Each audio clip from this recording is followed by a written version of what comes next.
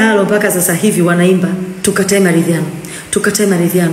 Unabaki unajiuliza, hawa si ndio ambao mwanzoni walikuwa wanatengeneza posti za kejeli kwamba serikali hata haija apologize, serikali hata haijatoa lolote kuonyesha kwamba linatambua yaliyotokea. Leo anasimama mama, na tunajua kwenye mila zetu wa Afrika tunaambiwaga mkubwa hakosei. Mama leo amefanya jambo ambalo ninaamini jenzi wengi huwa tunatamani kuliona hata kwa wazazi wetu. Wapo wazazi ambao wanatuumiza kwenye hiyo kututakia mema, na hawajawahi kukiri kwamba kwenye hili mwanangu nilizidisha, naomba unisamehe. Mama leo amejishusha, ametutengenezea wizara yetu, anaenda kuwa na mshauri atakayewasilisha mambo yetu mezani kwake moja kwa moja bila udalali.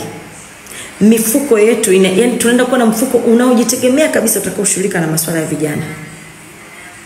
Watu bado wanatuambia tukatae maridhiano. Sasa nabaki najiuliza, hii hasira walioripuka nayo, Mungu kwanza mbona walivyochukia? Unajua wamechukia ni mpaka wanaongea mishipa ya shingo humu inawasimama. Na mwingine eti anaposti anasema kamwe hatokubali msamaha wa Samia. Mbona watu wanavielele hivi? Nani kawaambia haya maridhiano yanawahusu wanaharakati? Haya maridhiano yanawahusu wanasiasa. Haya maridhiano yanawahusu Gen Z. Haya maridhiano yanawahusu wazazi.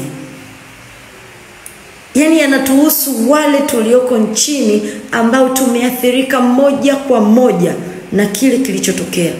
Watu mko nje mnatuambia eti hamtokubali maridhiano. Kwani nani kawaambia nyinyi mpo kwenye hiyo sema maridhiano? Nani kawaambia ule msamaha unawahusu nyinyi?